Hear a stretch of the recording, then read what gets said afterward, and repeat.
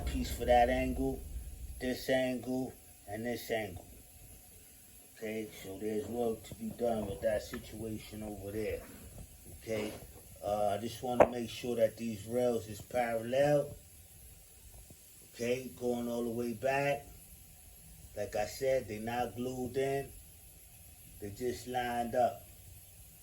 This is the actual blueprint and the elevation of the model railroad. Okay, I'm working off of this right here. I scribe everything off over here, put all my numerology on the actual I-beams and the trussels and everything, mark everything out. And I also alter plans as I go along. Like for instance, this situation over here, I was gonna put this I-beam parallel with that I-beam, like how these I-beams are.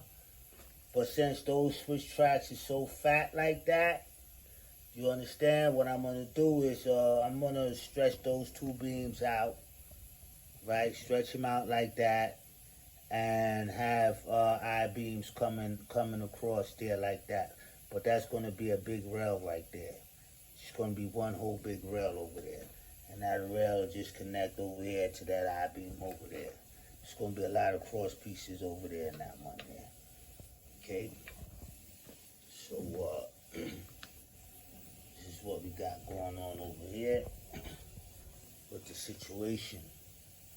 Like I said, I'm working on that level right there to put those tendons inside of those mortises, but to make sure that this is lined up with this track.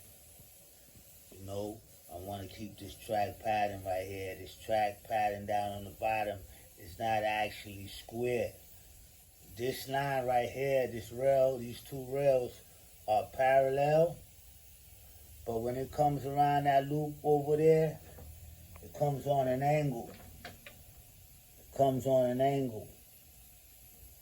And I gotta have a certain amount of clearance up against that wall so the train could turn, coming this way and coming that way. So that's the sensitive area over there that I'm dealing with. Okay?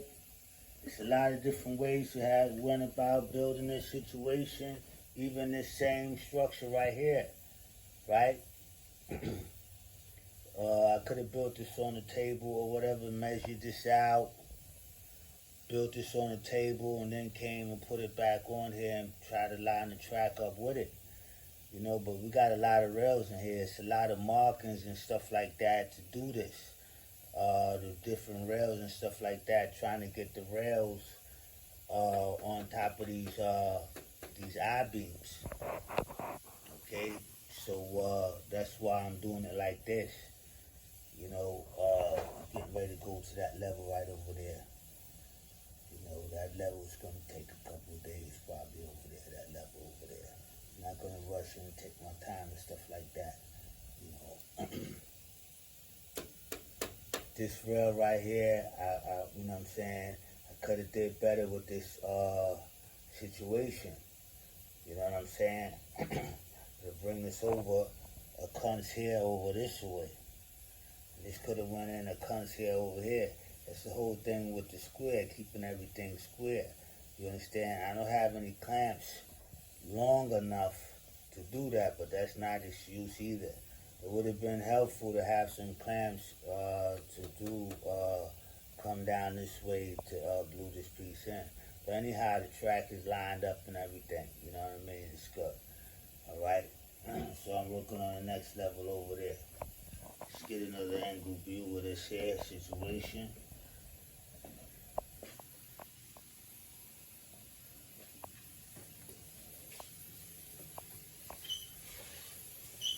That's how it goes.